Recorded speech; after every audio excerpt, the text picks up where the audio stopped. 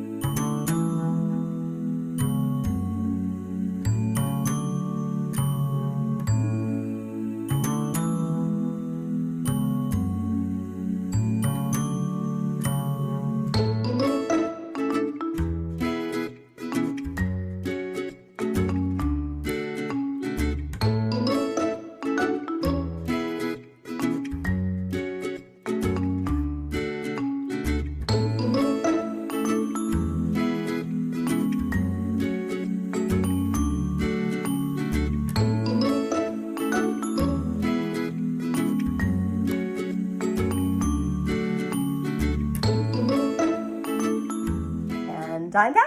So here's what I've got. All right, these are my zucchinis. They're all cut up via my gorgeous little mandolin. And you'll notice that it is the perfect plan of imperfection. So I've got some little wonky pieces like this, a little too thin, a little too small, some that are a little bit thinner, some are a little bit thicker. These look good, but I add a little bit of olive oil and I stir it around, some salt and pepper and Italian seasoning. And I'm just gonna put this in the oven. I've also got my squash, which we're definitely wanting to be a little bit wonkier than the other ones. But again, I put a little bit of olive oil on there, a little salt and pepper.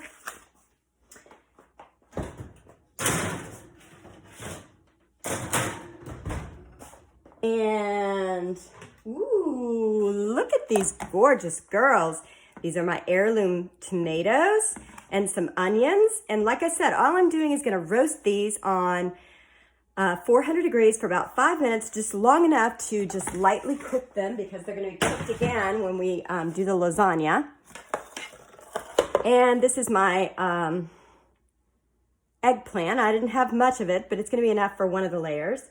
and some little plum tomatoes. This is the olive oil that I like to use, and all I did was just to add a little bit. I'm going to add a little bit more because, you know, eggplant just loves to absorb the oil. So I'm going to make sure it's got plenty. And I'm just going to, like I said, when I was doing the zucchini, when I was doing the squash, you just want to make sure that all that olive oil, salt, pepper, everything just kind of absorbs, ta-ta-ta. And then I'm just going to roast it on high heat. And lastly, the kale. Don't you just love these vegetables? They're incredible. Look at all these beautiful colors. Green, red, orange, yellow, purple. Okay, well, eggplant's purple, but nothing blue. We didn't put blueberries in this, but I think it's going to be amazing anyway. So, all right, it goes into the oven, and then when I take it out, we'll assemble. Now, like I said, a lot of people use ricotta cheese, and usually that is what I use. But today I'm going to do something different. My girlfriend always used sour cream. Now, I've always thought it was weird, but her lasagna comes out like so amazing. So I said to myself, you know what? I'm going to get zany, and it really smells delicious. So that's what I'm going to go with. Use a little sour cream. And I'm actually going to also use, because I don't even have that, a little bit of yogurt. Super high in protein, good protein, probiotic. Can't say enough good stuff about this organic Greek yogurt. Then I'm going to throw that egg in there.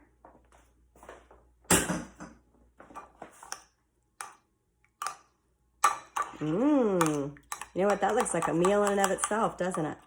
I'm sure you guys are loving that.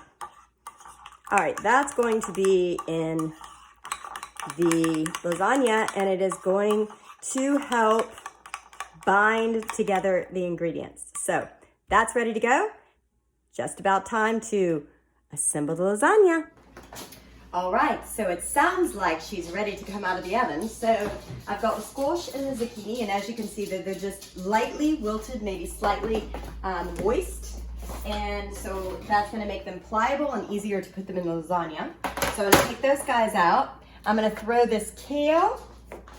What the kale? What the kale is that delicious smell in here? Paco's coming to check things out. Into eggplant, potatoes, just gonna roast those up. Put my timer so I don't forget about them for 5 minutes. Hit start. My sauce is pretty much tasting amazing. Let's just make sure that it tastes amazing. Oh, this is so good. Look, It's so good. Okay, I can't wait for you to taste it. Well, I don't think you're gonna be able to taste it, are you? Well, you're just gonna have to make it at home and then you can taste it.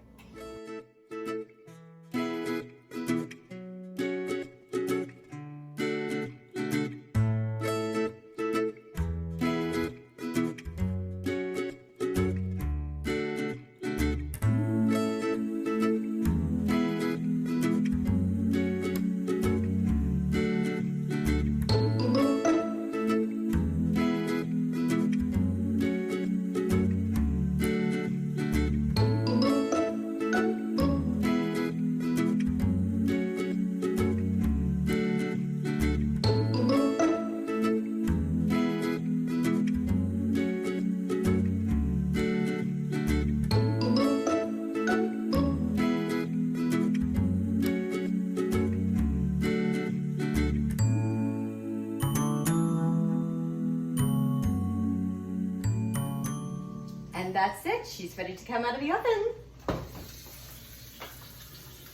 So, oh my gosh, this looks amazing. Only bad thing is, sometimes we forget important things like, you should put something underneath it, especially if you make it as high as I did. So it did spill over a little bit, but oh my word. This is a vision of loveliness. Check this girl out. Oh my gosh, does not she look delicious? So anyways, thank you so much for watching my first episode of Naughty to Nice, Keto Lasagna. Click subscribe, like, and share on my video right now, and come back and see me. I'm so excited that you came and you're being patient with me as I get through these videos. I'm so excited to be a part of it. Talk to you soon. Have a great day.